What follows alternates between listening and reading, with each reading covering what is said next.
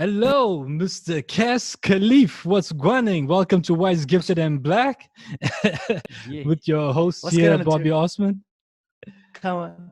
So is it Bobby Osman? Yeah, it's not Natira. Yeah. Look, that's my stage name. You know what I mean? That's my stage name, Osman, Bobby huh? Osman. Yeah. Come on. I I don't want like people to it. know my I government like name, it. although I've just That's revealed your alias. that's my alias, We can start again. We can mate. start again.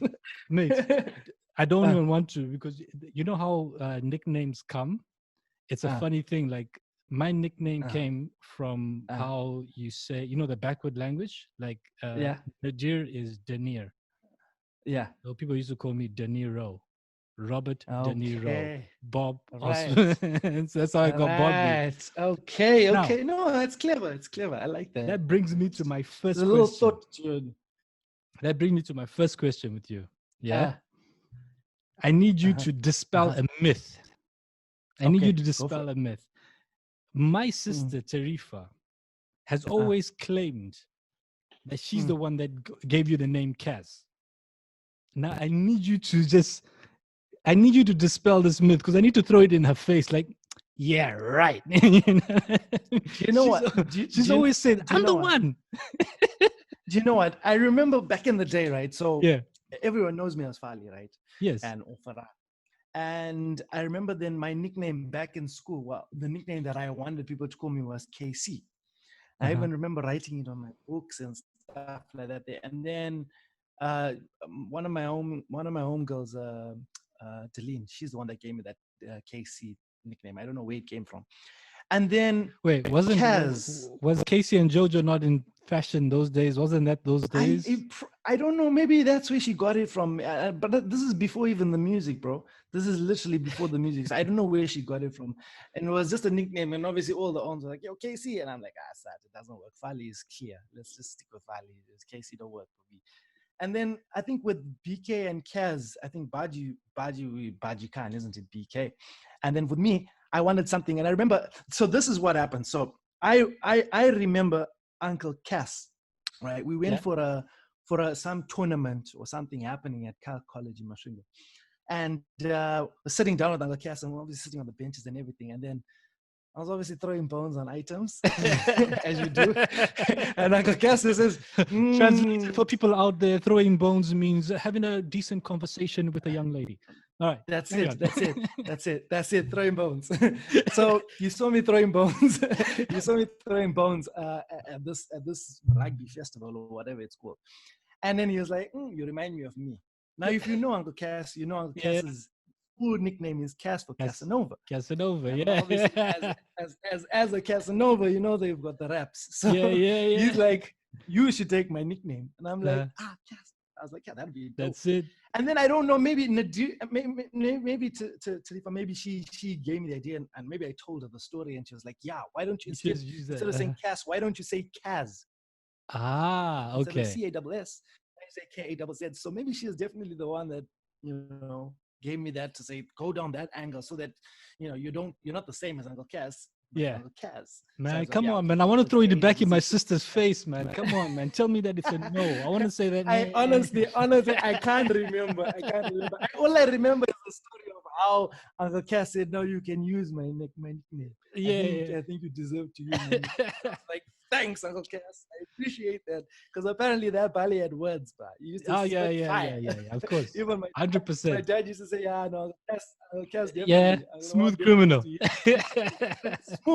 Smooth operator. So yeah, man. That's how the name came. And the Khalif, where's Khalif coming from?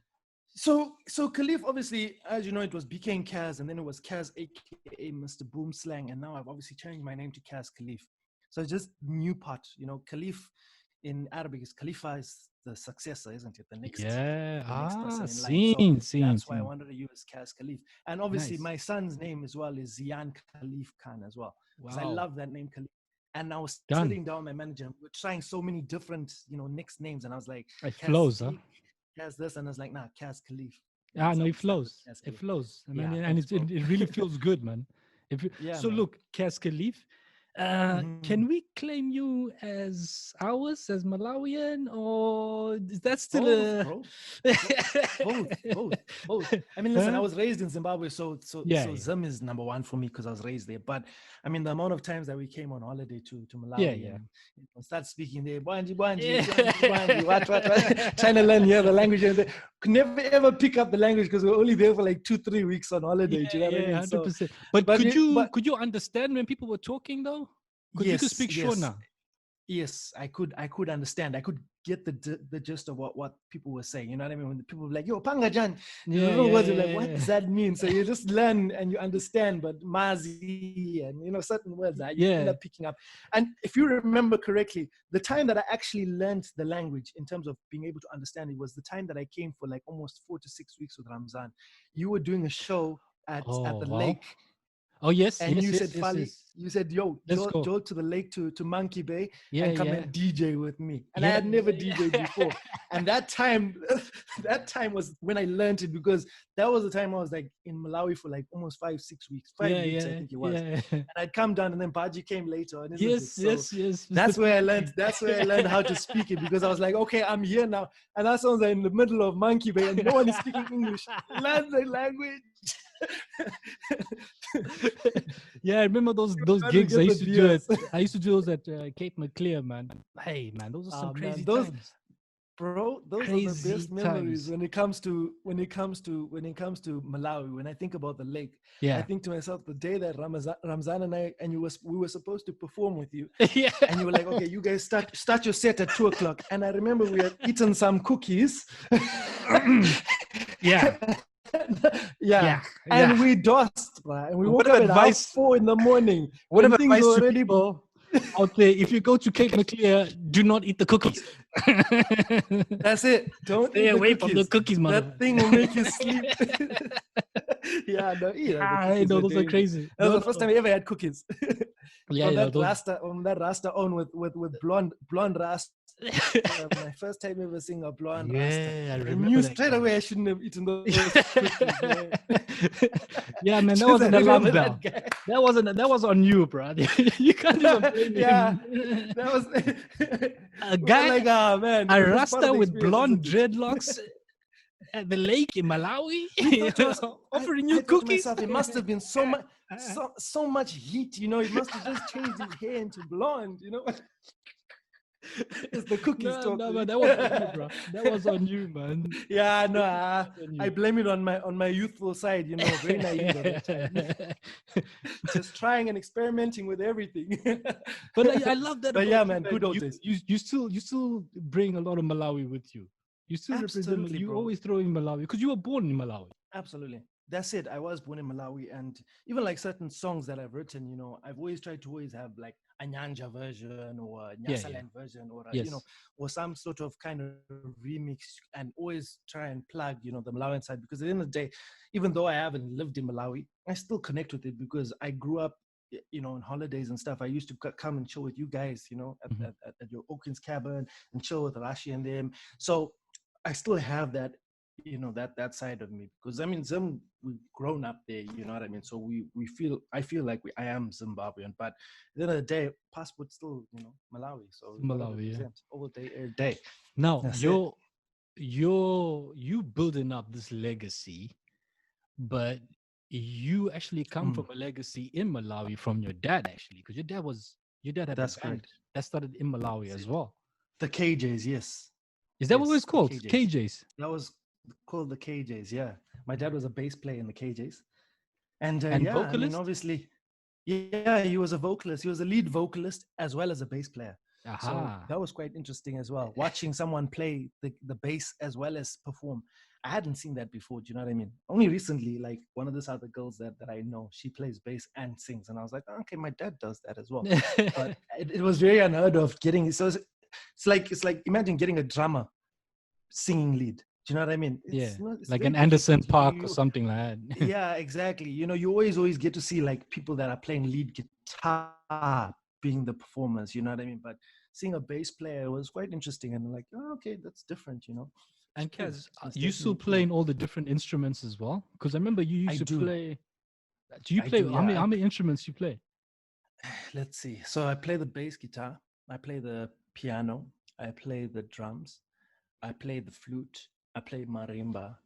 Um, I can dabble in a bit of trumpet, and yeah, What? I think it's all about. I think because my first instrument was obviously the guitar.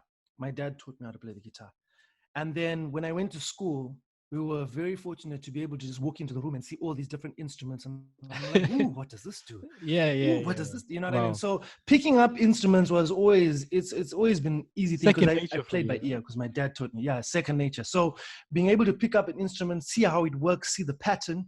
And that's the thing when you're a musician, you get to see these patterns. You know, certain people you have to learn how to play them, you know, and Yeah. you have to learn the pattern. But when you're a person that plays by ear, you get to pick up as long as you see what the formula is, that's it, you sit. And then you know where, because you already know your basics in your head, you know. So now you're already now trying to find those things. Once you find those, you already know, okay, now it's just about remembering where to go and how to play. And that's it. Wow. That's Wow. patterns, yeah. Me, that's my dream. One day, I would love. I can play a guitar in my head, definitely, but outside, In your what head. comes up?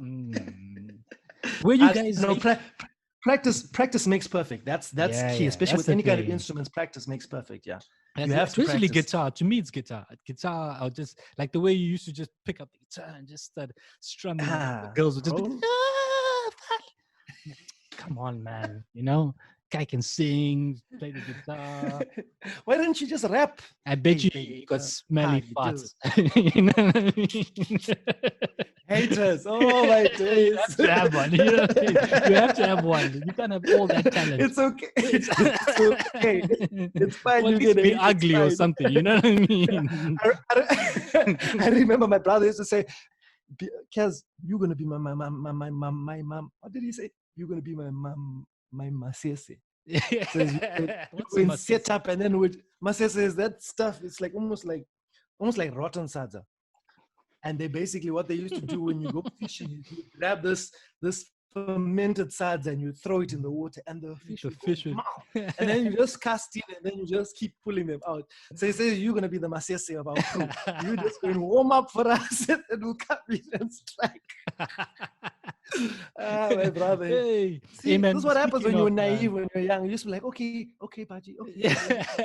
where is BK? What's happening with BK, man? What's BK happening is to the BK comrade? is BK is back here in the UK. He's been back for the last year and a half, 2 years. Yeah, yeah. So yeah, man, he's back. Actually, you know, some very difficult. So yeah, he managed to bring his family over the side. So yeah, Nice. he's back here and he's lacquer now. You know what I mean? All settled, all good. So you never know. Next year you might just see something come out Uh-huh. from Uh-huh. BK. Yes, again. Are we hinting something? Yeah, I like this. Yeah, Yeah. no, I'm definitely hinting that yeah, there is something definitely in the works. Uh-huh. We've already recorded 1 or 2 songs, but like we always said to each other to say, listen, when we left the brand VK and Chaos, we left it at a very high place. So in order for us to come back and pick up from where we left off, we need the right people behind us. We need good funding.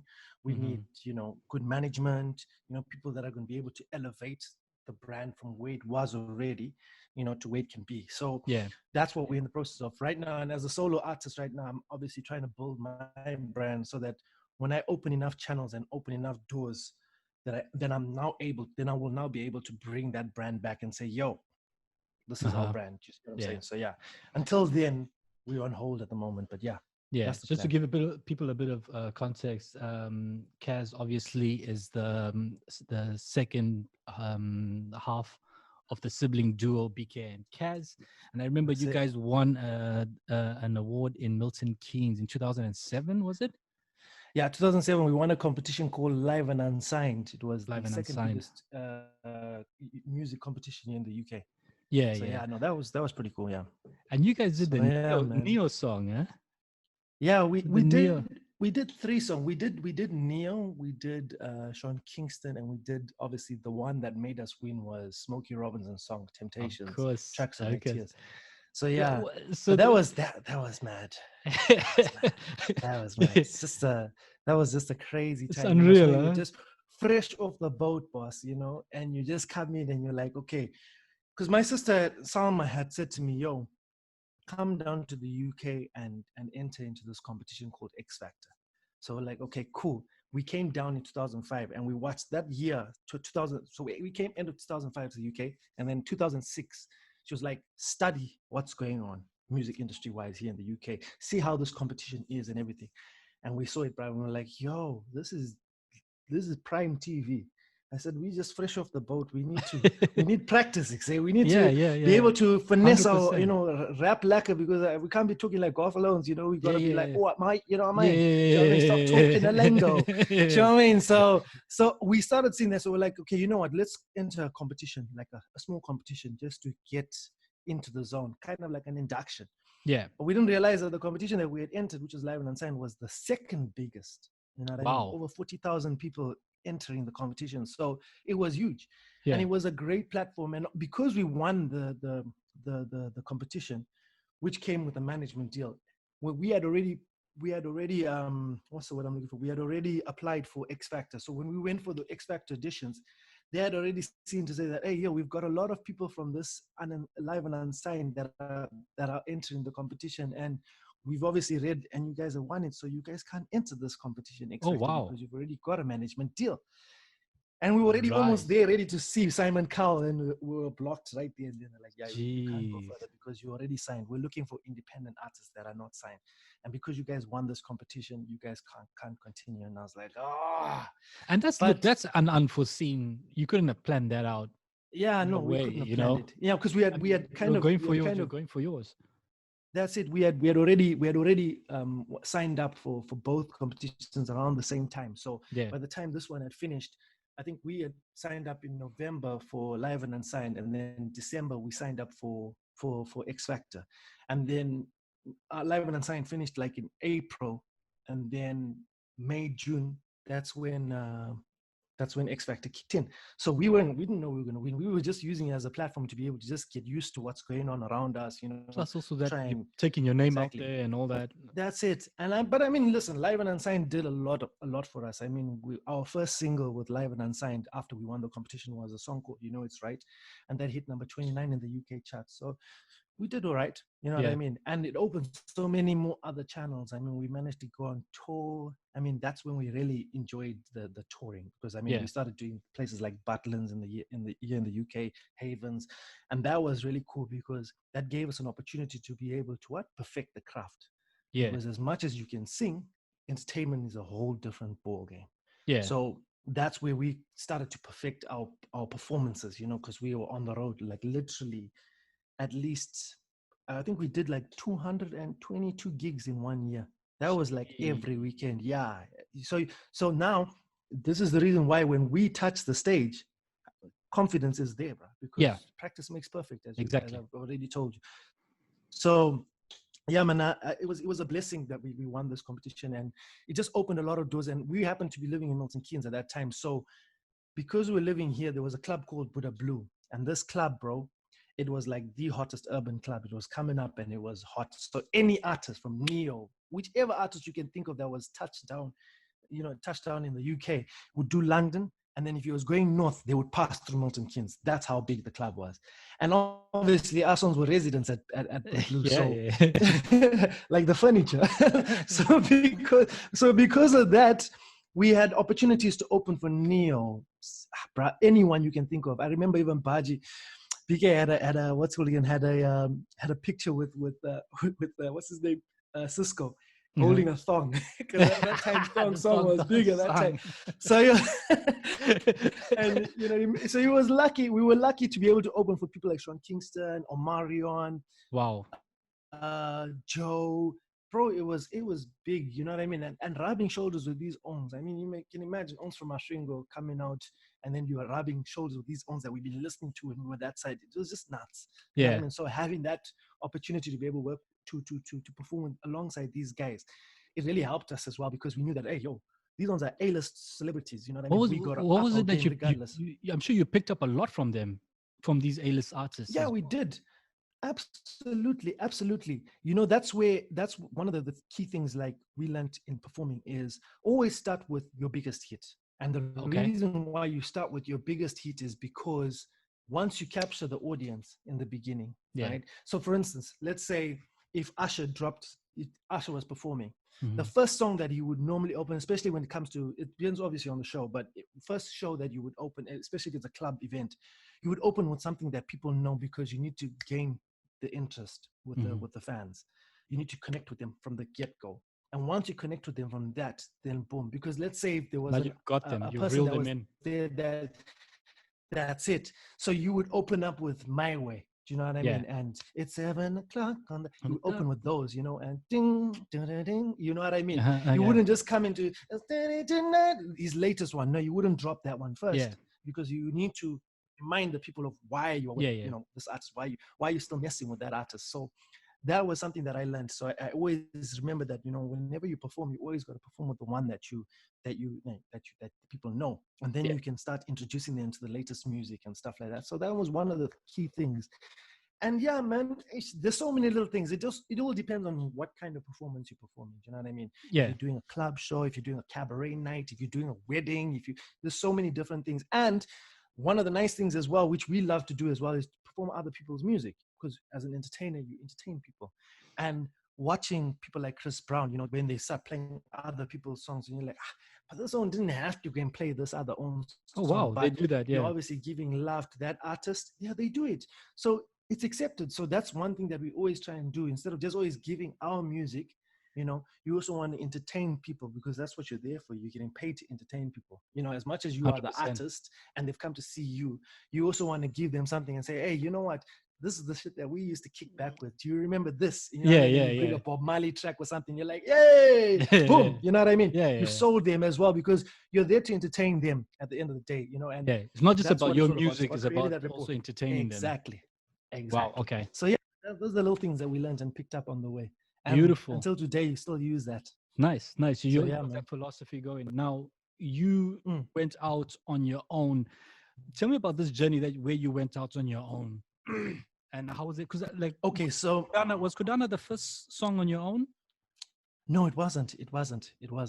My first, so I rolled up my first couple of songs as a solo artist in 2016.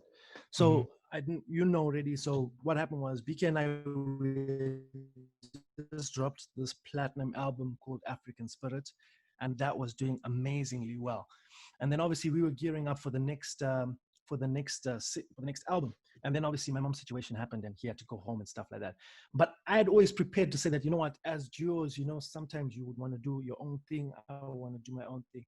And BK and I were always up for that. Even from Mashringo days, he would do some songs with certain people and I would do some songs with certain people, because that's why it was BK and KAZZ, because we are two different entities. As much as we are a duo, we are two different entities. And also obviously picking up from Casey and Jojo, you know, all these duos, Brick and Lace, you know what I mean? So we were working on our own project, solo stuff, you know. I was working with people like Jusa and stuff like that. So I used to release, you know, features, me featuring on other people's stuff. But as a solo artist, I mean, from 2012 until end of 2015, that's when I was focusing on writing my own stuff. So I got ready. And then 2016, when my first single that I dropped as a solo artist was in 2013, just after Baji had left, and that was a song called Sweet Girl. Then I dropped the next single, which was a feature, which was called So Fine. And then as a solo artist, as the new brand, as KAZZ, aka Mr. Boomslang, the first single that I released was She's Worth It. Then I dropped Can We Make It Work? Then I dropped Thinking of You. Then I dropped Tonight. But I dropped them in segments, bro. Every month I was just literally dropping just gems. feeding the people. Because I needed to get people to say that, yo, this is KAZZ from BK and KAZZ. But I needed to obviously set my own path. You know what I mean? So I made sure that those couple of years I was preparing myself to get all these solo singles, you know, ready. And bro, every song that I was dropping was hitting South and Zim, and I was number one. Every single, you know what I mean? All the Zim charts in South on some of the stations, I was hitting number one. So I was really happy that, you know, the brand was starting to grow.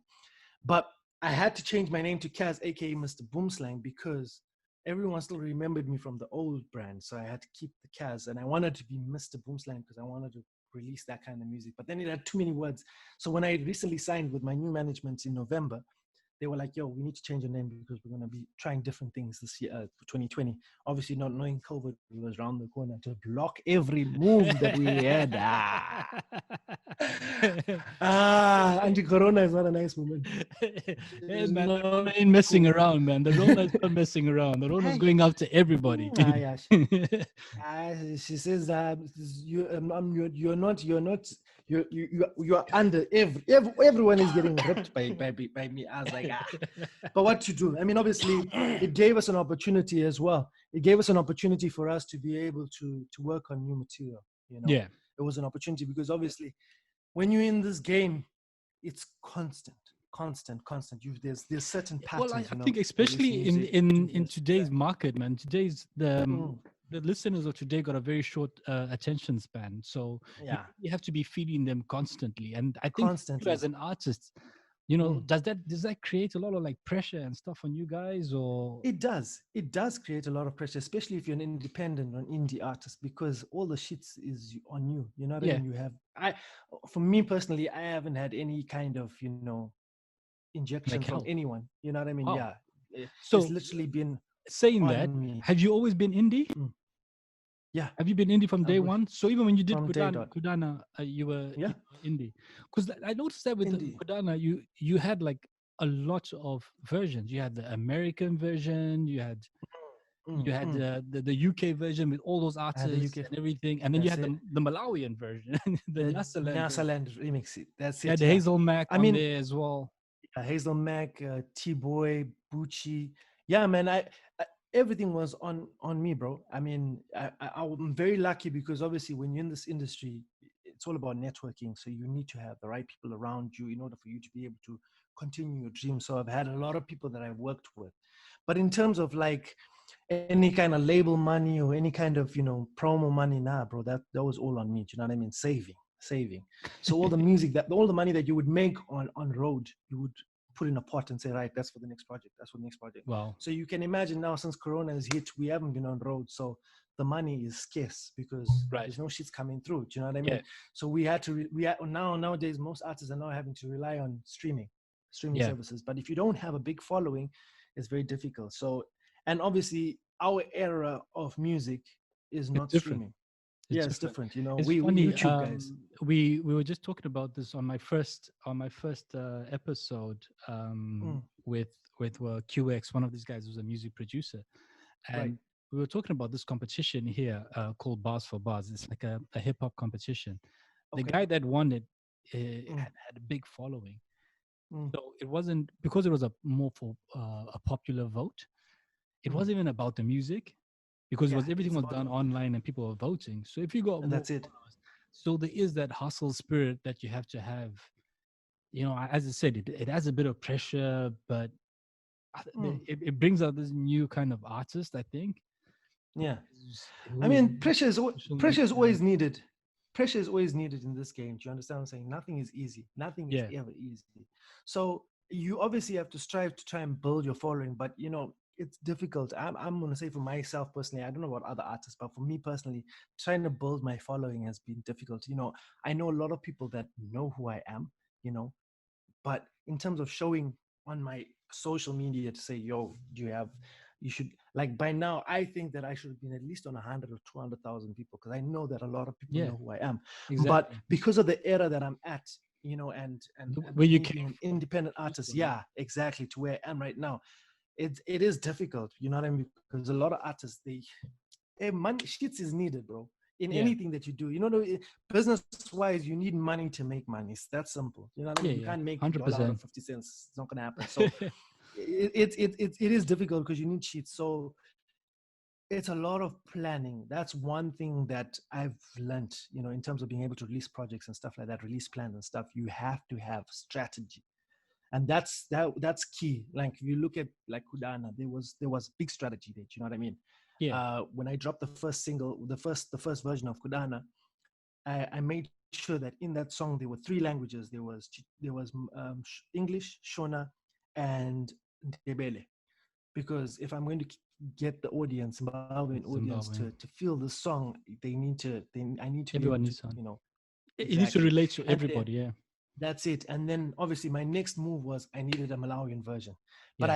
I had Zambian artists on there and I had Malawian artists. And I was Yeah, I like, I heard didn't that, the want to just say Zambian the artist. Chichewa version. Yeah, I didn't want it to just say it's a Chichewa version. So I started doing history. I went into to now, going into the history side of things. I was like, okay, let's look at what other names we can use apart from Nyanja or Chichewa. And then I started to go into the history and find out that before the whole segregation, this place from Zim, Malawi, Moza, it was called Nyasaland. Nyasaland, And I yeah. was like, cool. Let me call it the Nyasaland remix because that means it caters for all different. So there's a lot of preparation and planning. And that's one thing that I've had to do. As an independent artist, you have to be in a position to be able to plan and strategize properly. Because Yeah. otherwise, you'll just get swallowed by the timeline, boss. It's that simple. Because and you that wonder was why. that was 2016, right? That was Ghana. 2016, yeah. 2016, Ghana. 2017, yeah. That's it.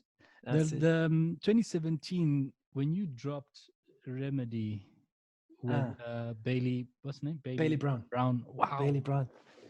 Kaz, I won't lie to you. There was a time when I may have, I'm going to be completely frank. I may have doubted you. I may have been like, but these guys, they're dropping stuff. And then you dropped this Remedy song, and I was like, this guy is onto it. He's onto it. You know what I mean? When you dropped Remedy, and I was listening to this song, I was like, this is stardom. This Kaz got the X factor. He's going with this. You know what I mean? Hey, I love that. I still play that song up to today, man. It is one of my favorite songs as well. And I'll tell you what happened with that one. And the reason why it is like I said, it comes down to strategy. I was releasing a lot of this Zimbabwean, African flavors and stuff like that. And obviously being here in the UK, you get to hear a lot of music that's popping off right now. And obviously Bailey he's a UK artist, you know what I mean? Also upcoming as well. So him and I, because we're local, I've always known Bailey from a long time ago. So we started working together. Because he was also on your Kodana remix as well. He was on my Kodana remix, featured, yeah. Me and Bailey, we've worked together. Yeah, exactly.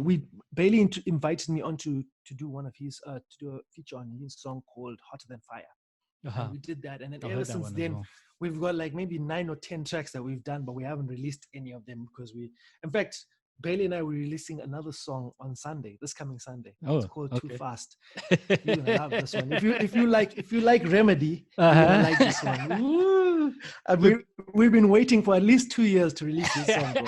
It was in the making, and we were like, okay, let's touch it up. Okay, let's hold on. Let's touch it up. So Sunday drops, man. So I'm really excited about that one. And obviously with Bailey, he's been doing really well. He did another song called Maya, which ended up hitting the charts here in the UK. So, working together, seeing hopefully might be able to take it further. Nice. That's the whole plan. Nice. But yeah, no, Remedy I sat down with him here in the studio, and I said to him, yo, listen, I wanna write something for the UK, like, because obviously different genres, different areas that you're gonna be, focusing your music on, that's how it works. So that Remedy, I was like, nah, I need this. So I started working with one of my boys. His name is Scott Whitman, and he made the beat. And that beat, the reason why you F with it is because it has that, it's got the Afro beat, but here in the UK, they call it Afro swing. But the chords are what get me, because it reminds me of B.I.G. back in the day. Okay. You understand what I'm saying? Those tring, and I was like, yeah, it's got them old school chords. I call him Old Man Mississippi because, bro, he's a white dude, but hey, bro, does he have this black spirit? I'm like, do you know what it is, Kaz? Mississippi, old Bali. Do you know what it is for me? Let me tell you what, and I've explained this to a few people, because 2016 is when I arrived here in Australia, and prior to me coming here, I started DJing again, because I stopped DJing. Okay. And I'm DJing, and I come here to Australia. Here, AfroBeats is here, but it's not here yet. So I go out with a couple of guys, a couple of DJs. I start mixing around with them, and guys are still playing, this music that I'm like, the funny thing about, like, we guys in Africa, in Malawi, our clubs have reached a point where they hardly ever play any hip hop music, any R&B. R&B faded a long time, but they only play out of novelty. Right. Afrobeats has literally, and this is every club. You would hardly find a club with it. And remember, all clubs used to play hip hop, garage, whatever. back in the day. I mean, it was always hip hop. Then he moved to garage, raga, but and dance hall.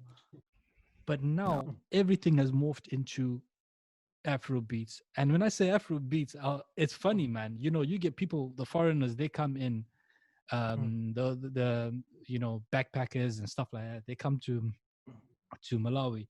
You play them that music and they just go nuts. Everybody goes nuts. It's the ngomas, but it's the beat. It's weird. The beat gets you, bro. It's weird. It takes you back to pure music kind of thing. You know what I mean? It really takes you back to pure music.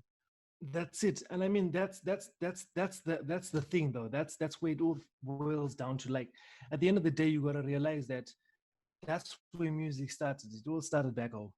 Yeah, It all 100%. started from It back began home. in Africa. So exactly, it began in Africa.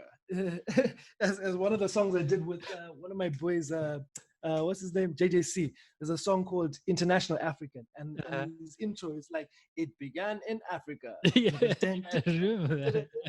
Do you remember?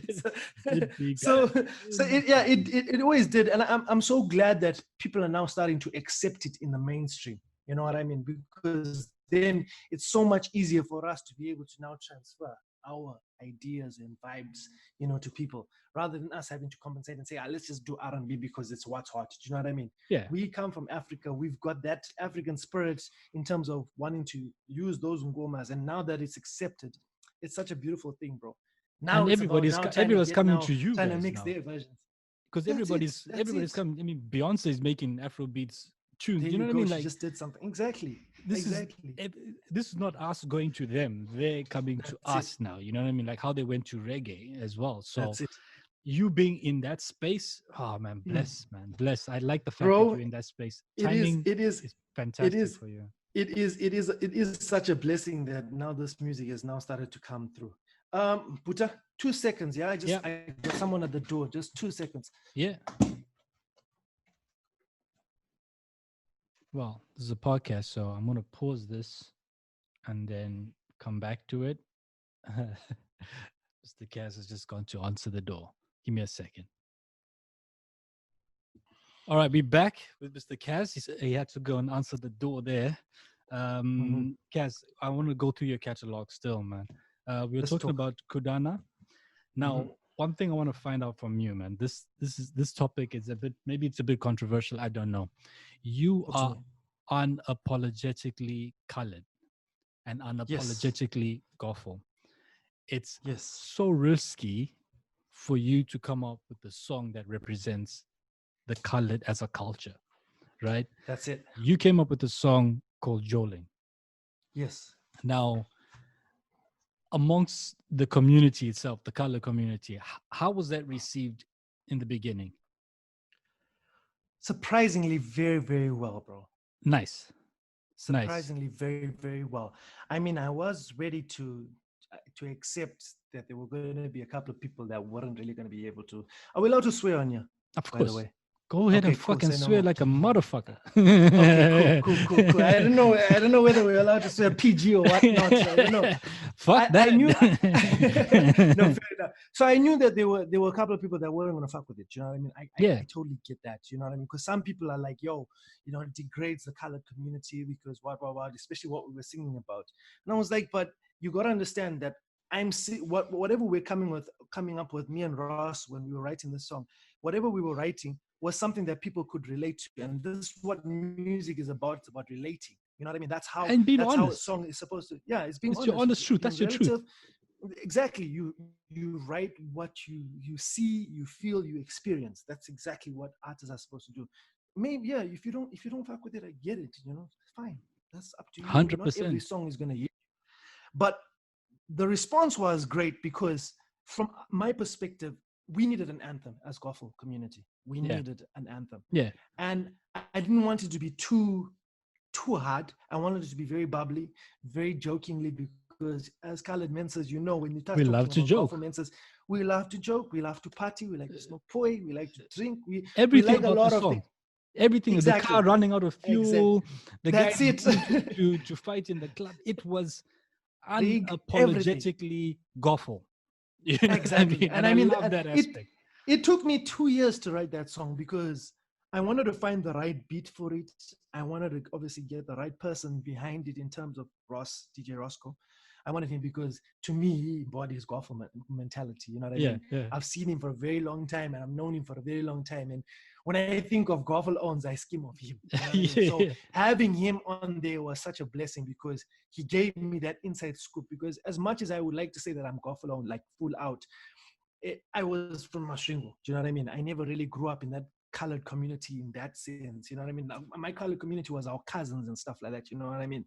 So I never got to experience that. Maybe a bit here and there when I was at school, you know, but that is about it. So having him on it was very important. And I really wanted to write something that people would be able to relate to. And I'm so glad that we wrote Joling because Yeah. it had enough comedy. It had enough reality. You know, it was a beautiful project, you know what I mean? And this is why we didn't stop with just one. We wanted to Did a hear couple of different remixes. elements. Yeah, we did two remixes. We did original one, then we had part one and we had part two, and part three is going to be coming out, but I'm waiting for part three. Whoever is that guy that did that, what, mommy, I got a Barbie, I Oh, need Curtis some Smith. chicken curry. I was like, this guy's on. This guy's on. You know what you're talking about because straight after Baba Raspra, Yeah, and that was it.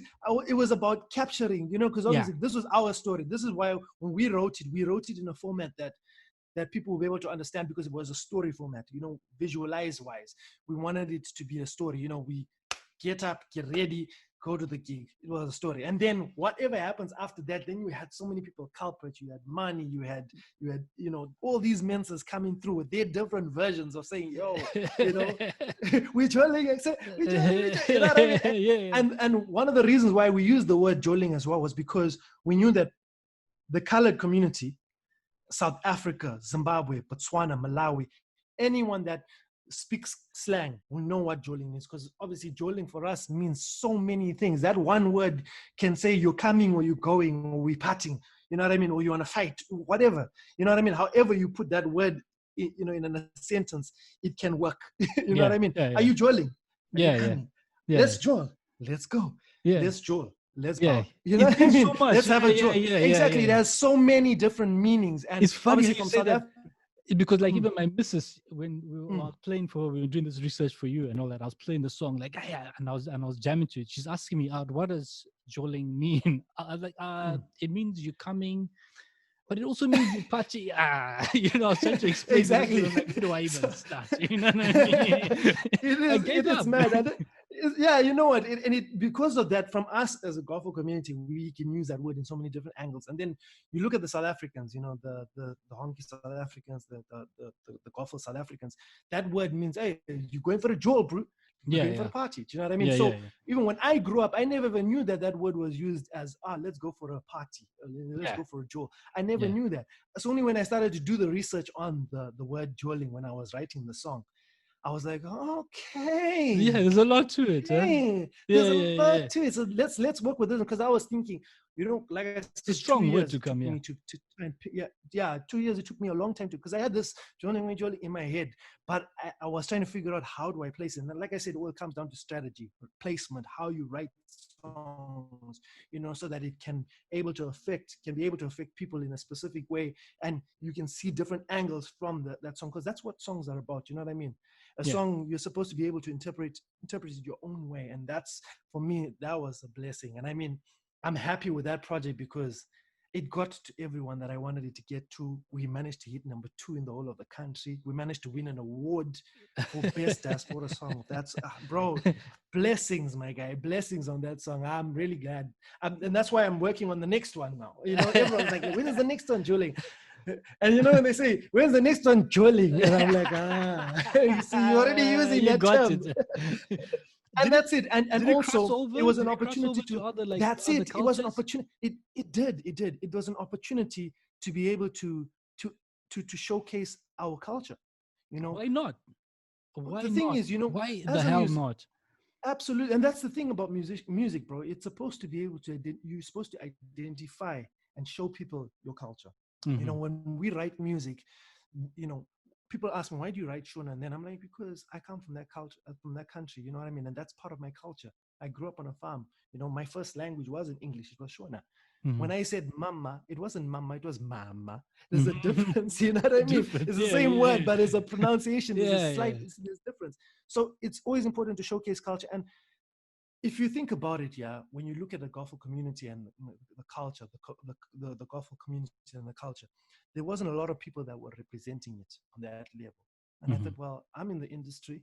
Why don't I represent my culture? Because I'm proud of being a Golfo lounge, you know what I mean? Yeah. And I know there's a lot of people that are out there that are also proud of being Golfo. But if you know our history of being colored, you know that we were always people sitting on the fence. You know what I mean? They didn't know what to do with us, whether we were Club Mensa, whether we were Honky Mensa, we were always in the middle. Do you know what I mean? Yeah. So I'm like, why always be in the middle? Let's own the middle. Yeah, and that's what we try to do with exactly. Let's own it. Because I mean, the Club Mensa, they own their blackness, which is beautiful. The white people, they own the whiteness. The Indian people, they own the Indian, heritage. So why as Golfers can we not also own it? Why do we have to be in the middle and have to pick a side? Don't pick a side. Pick that side. Pick this thing, because that's what you are. You're a Golfer, and be proud. And that's why we wrote the song. Do you know what I mean? So there was a lot of elements to why the song. It's not just about the music. It was really about culture, about trying to get people to say, we have a fun culture. Be proud of who you are. I mean, some people are not proud of who they are, which is understandable, but we were writing for people that want something to follow in terms of saying, and it's authentic. We want to be proud of something. There you go. It's authentic.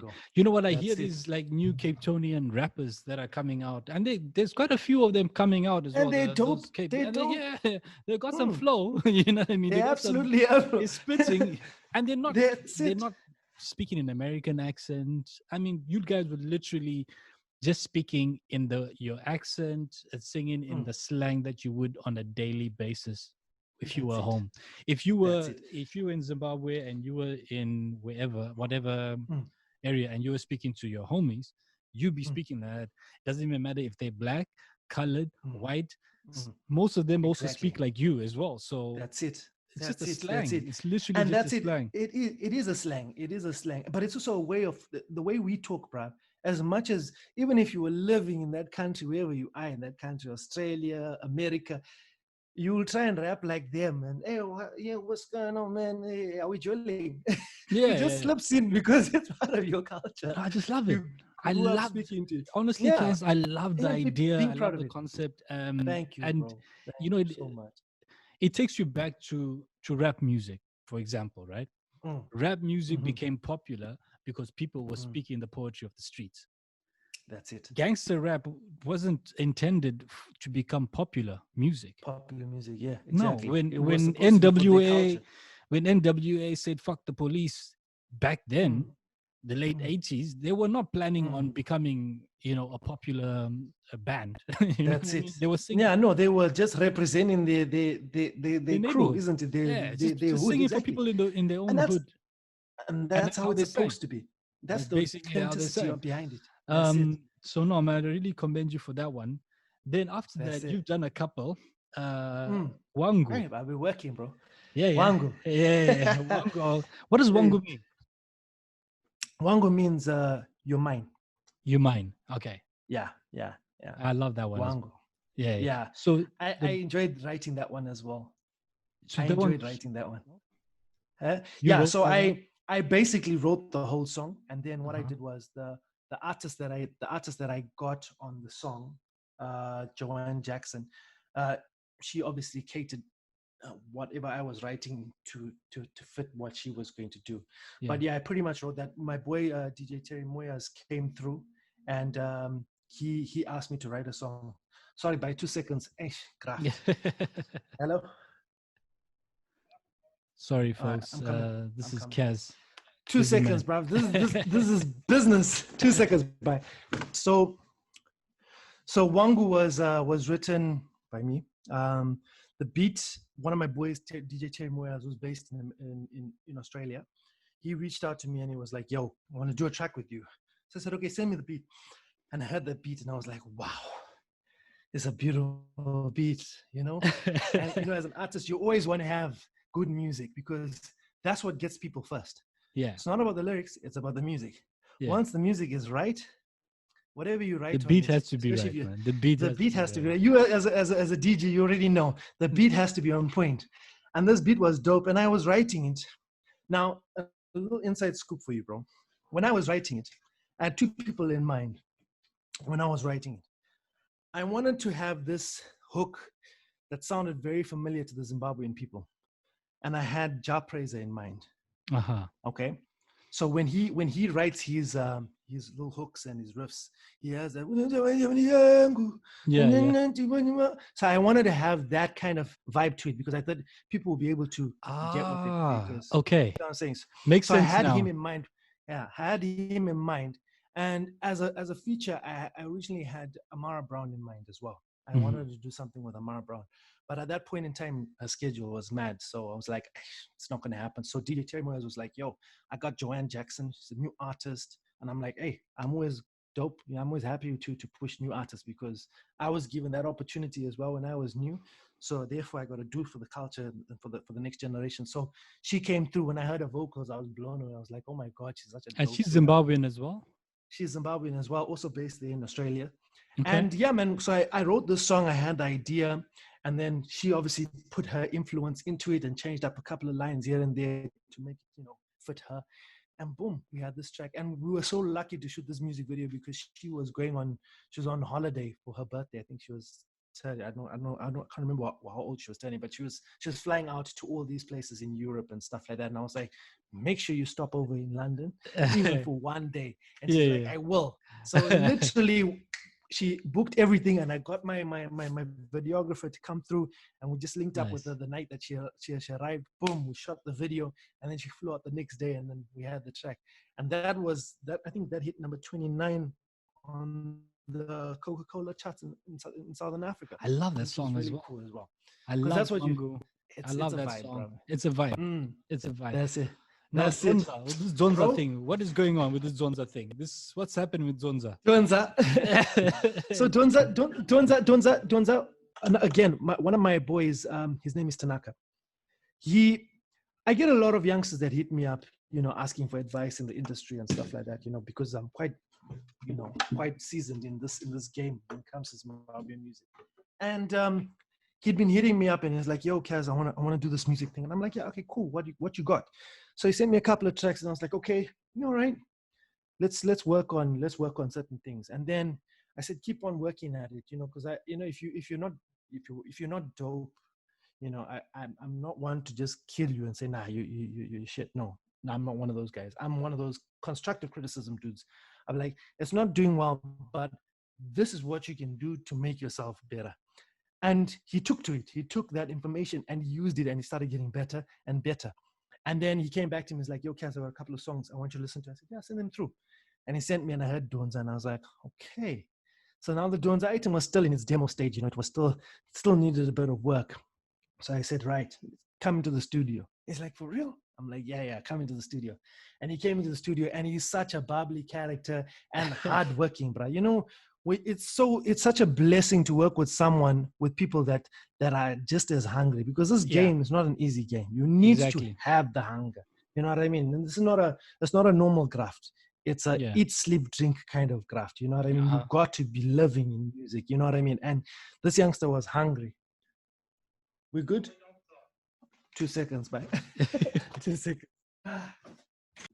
Donza, Tanaka. Okay. So yeah, working with Tanaka was absolutely phenomenal. I mean, like I said, he's got the hunger for the track. So he stepped into the studio and put the project into the computer, and then started switching up a few things. And then he used to ask me, yo, how come you did that? And I would explain to him, with certain Afrobeat songs, they have to have this monotonous to it, because it's got that kind of vibe. You have to listen to the instrumental, so you're understanding how you can put your lyrics on top and let it complement each other. And we worked on it, and boom, that's what we came up with. Now, working with artists, you always tell people to say that when you're working, there's money that needs to be spent, plugging, all these kind of things. And I always say to these guys, I don't mind working. Like I've always said it out there, and I'm always going to say it again. I don't mind working with any artist. Doesn't matter how small you are. Doesn't matter how big you are. As long as you have a plan. Because when it comes down to strategy, that's key. If you're working with artists that are already signed to labels, they've already got that pattern. They've got label money behind them. They've got strategy, release plans, everything. They've already got a set thing. So if an artist doesn't know about those kind of things, but is willing to say, all right, if I need to spend, here's my budget, let's go for it. And that's what Tanaka had. Tanaka had budget in terms of, I want to spend some money on this. This is my first single. I'm really good and geared to go. I'm like, okay, cool. And you've got a banger.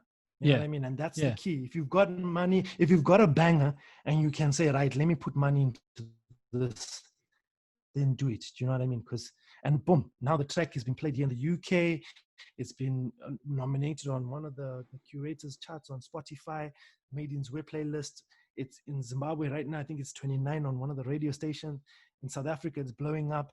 Tanzania, bruh, that I never ever thought we would ever even reach, has reached Tanzania. Uganda is showing love. Zambia is showing love. Malawi is showing love. So when you have a hit, you have to put in the 110% so that it gets out there. And for sure, the song did really, really well. Do you know what I mean? It's now, we just confirmed now it's going to be on Trace Africa in South Africa. It's going to be on Mnet and Channel O. So at least it's getting, visual playlists, which is dope. So yeah, man, dope track. Very good track. What's it like for you hustling like the way you're talking about in the London scene? Is it so does it make it London, easier or does it make it worse?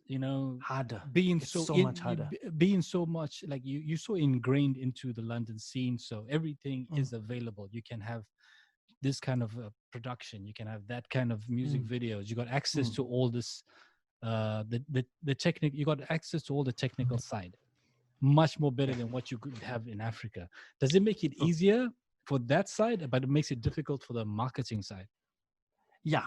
So getting your project, so there's benefits, there's advantages and there's disadvantages, right? So the advantages of being in a first world country, you get first world product. You can get first world product, right? Because you can work with the same people that work with Usher and them, or the same people that work with Ed Sheeran and them. You just need the P. You need money for those kind of things, but it is available. Do you understand where I'm coming from? Yeah. It is available to be able to work with these kind of people. That's a beautiful thing. So now you've got that. The disadvantage obviously is that when you're in the first world and you're trying to release music here in the UK, it's a different market from what we understand, because I've been pushing my music in Africa for a very long time, because I've been trying to get the African market behind me. Then I can start to, try and do this whole first world, or should I say, these A-list celebrity playlists, you know what I mean, where you're now against Davido and stuff like that, or Usher and them. Because remember, at the end of the day, this game is always about the playlist, the top 20. Who are you fighting to get that number one spot from? You know what I mean? Your song has to be just as good as them.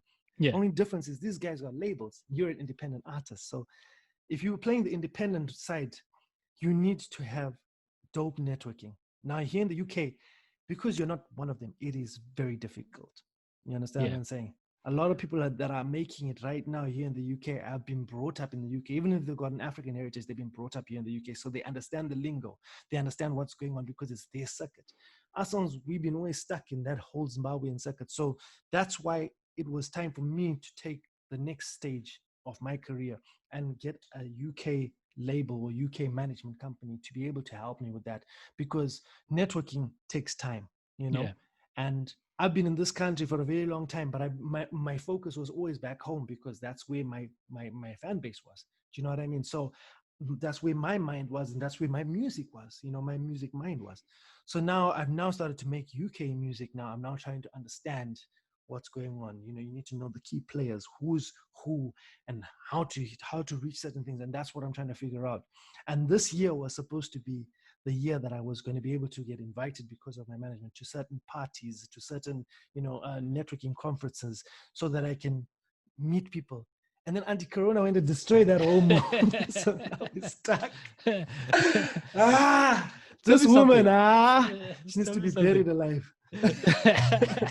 Tell me something. So what does it mean for you? Are you on a label now, or are you indie? I am still independent, but I have a management that are representing me almost as a label. The label that I'm under, should I say, the management. I mean, everything is still yours. You still own your masters. Everything is still going to be yours, no matter what. You still got control over about all the creative side of it. I do. I do. The nice thing about my management is the guy that is my manager. He's half Ghanaian, half Zimbabwean, Wow, but he's been brought up this side, so he's the nice. perfect person that can take me to that next level because and he's been in the industry for a very long time.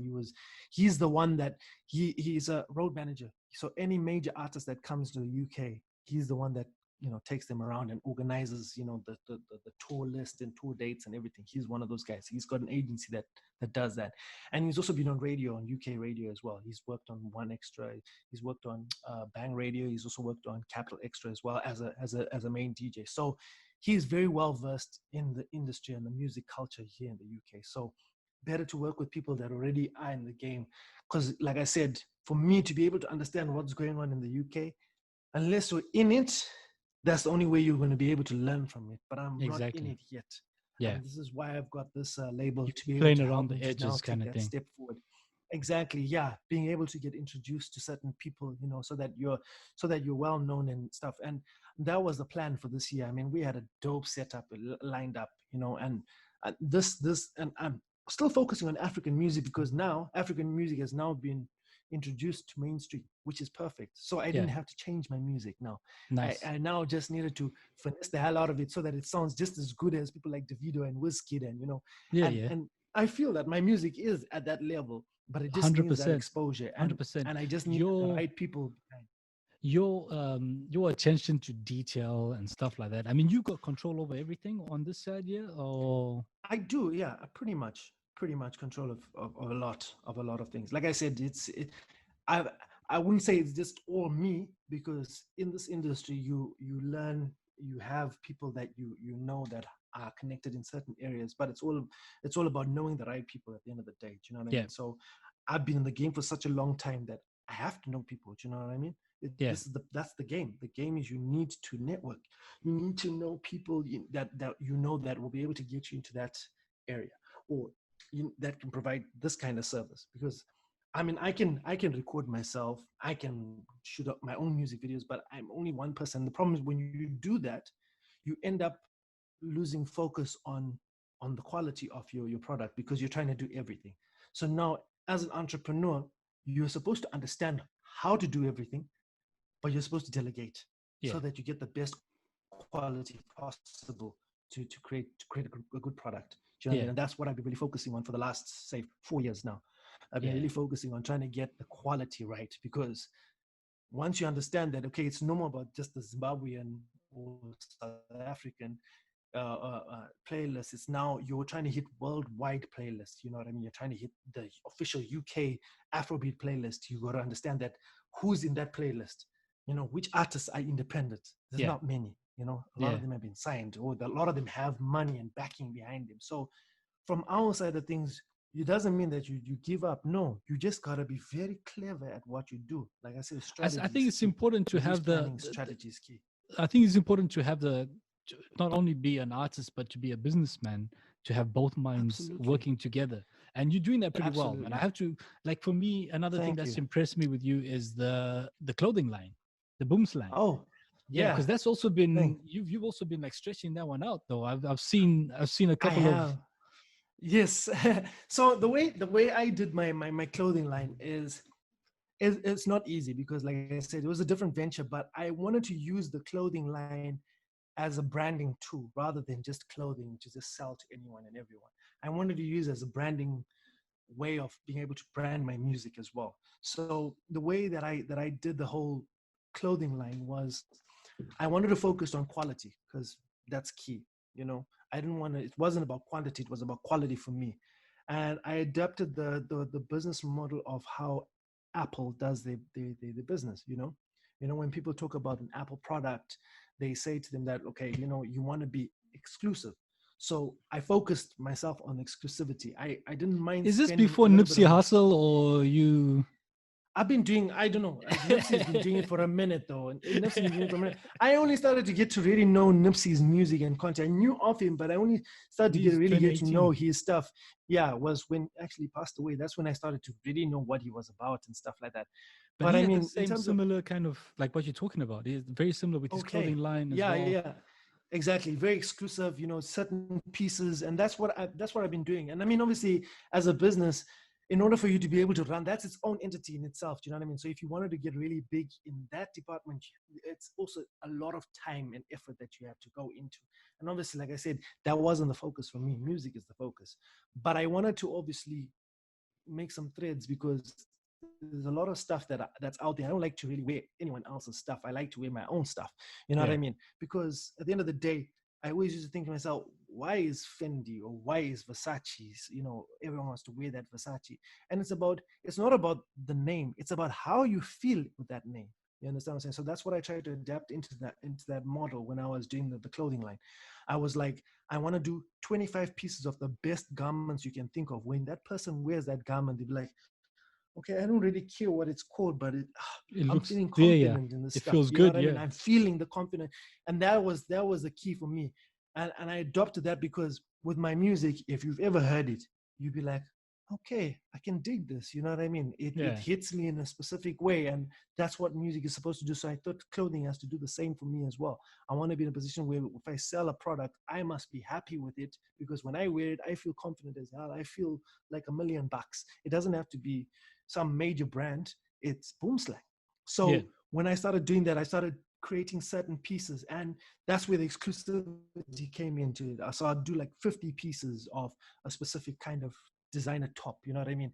Something that you could wear, whether you want to wear it for bed or whether you want to go out and gig with it, you have that, you know what I mean? You have the opportunity, and there's 25 of those. So that just know that when you get that piece, that's it. You know what I mean? Of that same garment, that's it. You know what I mean? The next one that comes out, 25 come out or 50 come out, you'll be like, I need to get that piece, because that's the exclusivity that I wanted to sell. And also as a business, it wasn't only about just making money. It was more for branding purposes, because Boomslang is the logo, Boomslang is the label, as you can already see. So I see it in all your music videos. That's it. I see That's it. Everybody's all rigged up. Exactly. Branding is key, and that's what I use the clothing line for. It's literally just to brand so that people know about the brand. So when they see that label, and remember with Boomslang, it wasn't just about clothing. There's music, there's film, there's audio production, you know, there's photography. There's so many things that in this industry we are able to do. And I mean, I've learned so many things in my time of being in this industry, you know what I mean? From everything, you know, from even guitar playing to, you know, session musician, recording voiceovers. There's so many ways of being able to make money from these things. So I knew that the first thing I needed to do was I needed to make people aware of the brand. You know what I mean? Because your name is constantly changing from KAZZ, became KAZZ KHALIF. But Boomslang is always going to be there, and it's always a part of us. And that's, I wanted people to always remember and resonate with that. And I feel like it's done really well. I've had a lot of people that have always wanted to be able to be a part of Boomslang in some sort of way. You know, can you do me an album cover, please? And I'm like, cool, say no more. Can you do me an introduction or something? You know, there's so many different angles in this entertainment industry. So I'm like, now, okay, cool. Let me focus on that. And I watched, like you said, a lot of the greats, you know, from 50 Cent when he was doing G Unit. I took pages out of that. From Convict Music, you know, when they were doing Convict. I was like, okay, you need to have a Boomslang and Nadi play so people can understand that, okay, it's something to do. So those are the little things that I needed to have in my brand, you know, in the brand that Budgie and I came up with. So yeah, man. And it's really well. So is the clothing line still popping up to now? It is.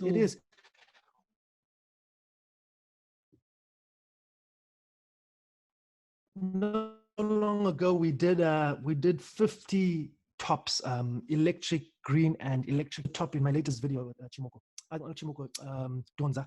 I was wearing the Boomslang top.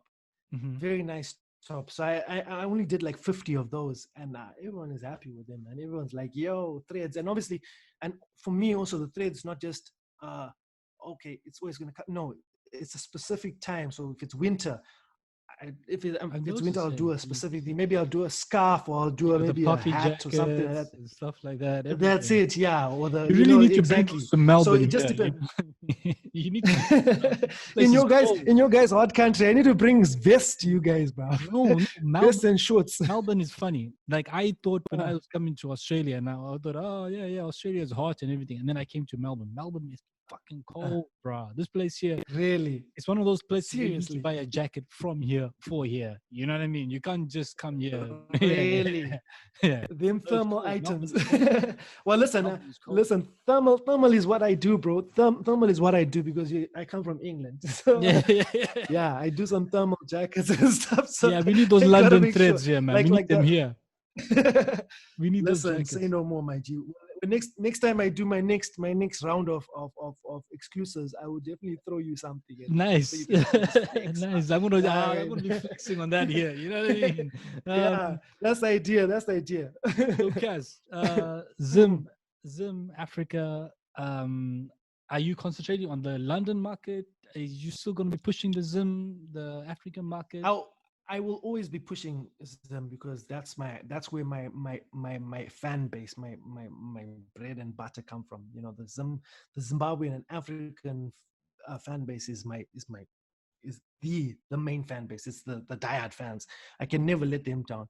And like I said, the nice thing about it is that now African music is now being accepted into mainstream, which means that I don't really have to, derive from the African side of things. So you'll hear my new single. It's called Snap That.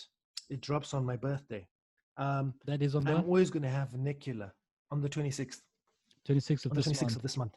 Yeah. Yeah. I think in 2 weeks time. This podcast is you'll going to hear be it. out just on that day. I just need to check my calendar, but I want to time it with that.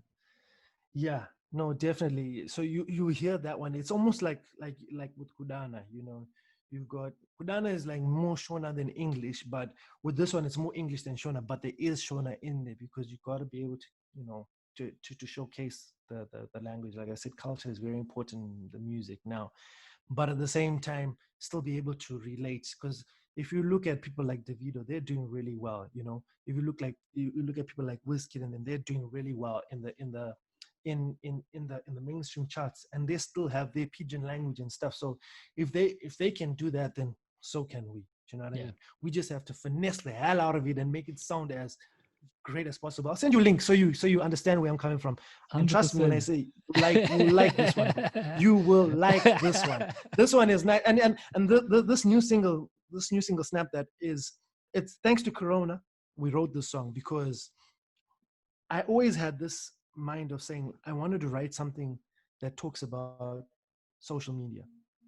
And there's a lot of songs that are out there about social media, but then obviously now that this Corona situation and COVID season kicked in, a lot of people have had to learn social media in order for them to be able to be connected with family and friends. You know what I mean? They say Facebook has like quite a lot of big spike in new users and stuff like that. Exactly. Even Instagram Live has gone viral now. It's now live is now a normal thing. Whereas back in the day, it wasn't. Do you know what I mean? So I've seen Instagram everyone also has doing now the reels have had to. That's it. Yeah, no, because you got to keep up with the times. You know what I mean? And the social media platforms have been blowing up because that's the only way that people have been able to connect. And this song literally talks about that. It doesn't talk about Corona or COVID in itself, but it just talks about using social media to connect with people. You know what I mean? And the song is called Snap That. Obviously, there's a lot of there's a lot of innuendos in the song, obviously. You can take it how you want it, though. But are these all chucking bones ones? Just know when I say chucking bones ones, huh? Let's listen to the hook line. Listen to the hook line. All right, let's go for it. Listen to this hook line, right? Okay, so I just give you a little taster, right? Let's go, man. Let's go. Okay. I like this. Okay.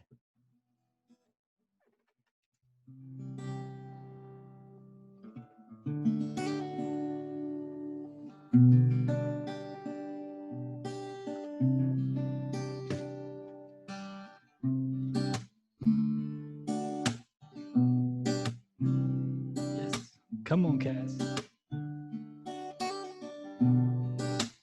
So the hook line goes, snap that. Ooh, yes, I want you to go and double tap that. Hey! Yeah. Yes. Why don't you just snap that? Boom slang in that place. Ooh, yes, I want you to go and double tap that. Tap that. tap that, tap that. Yeah. So that's the hook line. Oh man, you know what the problem was? So like I said, innuendos. The internet did a little drrrr thing just now there. I mean, I hope I got it, man. But man, No worries, man. everybody out there, flipping, Oh, grab man. your Instagrams and double tap the shit out of that motherfucker because of That's it to that That's song. it. You know? That's it. That's it. Man, Kaz, Oh, look, we're man. coming to a close, brother. Before Okay. we close up, brother, I just want to find out from you this journey of Mm. yours, man. What have you learned along Mm. the way, and what would you share to other African artists? Other African, not even on, look, for example, me. I'm starting a platform. I'm in this conversation I've just had with you in a few minutes ago. Mm. I'm already understanding about you saying you've been doing this for 4 years. You've been doing that part. You've been doing the art part. You've been doing same thing. Me and this podcast. I do the graphic designs. I do the audio, and I do that. You know, it gets to a point where you start thinking, as it grows, I need to start. You know, I can't make. Delegating. Yeah, I need to start You can't, delegating. Yeah, you have to So delegate. But I think like what you just said now, the most important thing for artists to understand is know your strengths and your weaknesses, right? Knowledge is power. So try to understand the industry that you're going into, right? That you're getting yourself into. And when I say try to understand it, try to be able to be in a position where you can do it yourself, right? And then once you understand it and you find out that, okay, it's a weakness, but I still understand how to get it done. Then you know that, okay, that's something that I need to now shop, get someone to do that. Because as an entrepreneur, I always read these entrepreneur books, and one of the things that resonates with me personally is that when you understand what you're good at and what you're not good at, and when you now start to delegate and get other people to do it, you are able to explain what exactly is it that you need, because you have the vision in your head.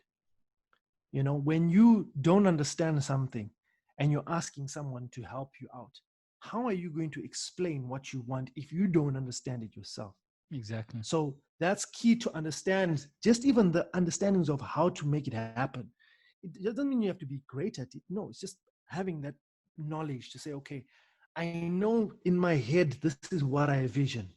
And when you push it out there and you delegate and you ask someone to do it, when that person comes back with something, it's either going to be dope or it's not going to be dope, because you already have the vision in your head. So that's the most important thing. And try to understand everything that is around you, especially in the industry that you're in. Do you know what I mean? And once you understand that, then you're able to get the best product possible, because there are people that are well versed in that specific thing. Like, for instance, me, I can mix and master my own stuff, but I know that there are people out there that can do it much better than I can. So when I now ask, say, listen, I've got my product to this stage, let me get it mastered by my boy thing, because he's really good at that. When I hear that, I'm like, okay, I could never do that. Yeah. But I know I'm able to differentiate, to say that, okay, that's what it's supposed to sound like. Yeah. You know, and then you're still constantly learning, because at some point you also want to be in a position where you can also do that same thing, but you learn from the people that are around you.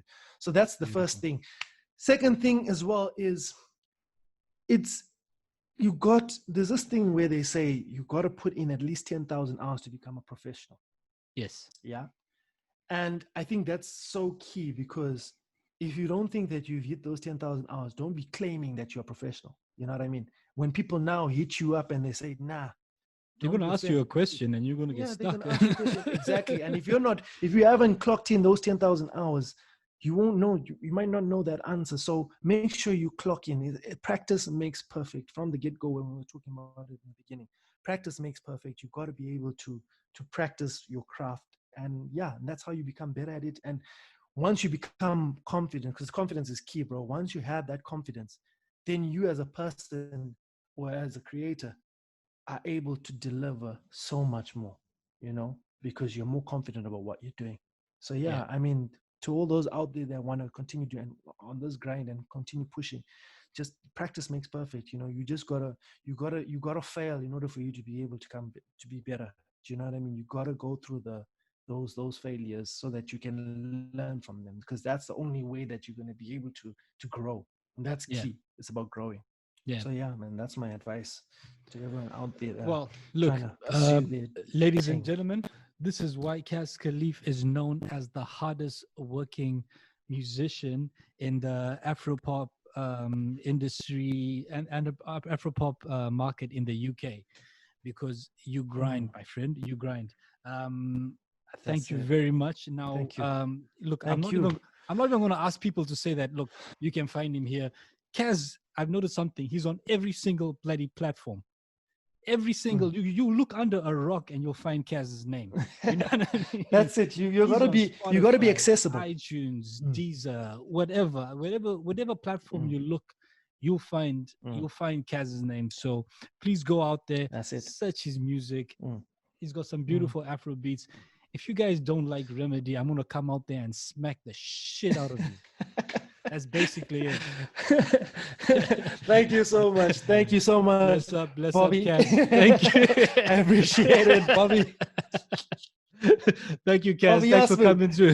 Thanks for coming to Thank Wise you for Gifted inviting and me, Black. bro. I appreciate it, bro. Bless up. Bless.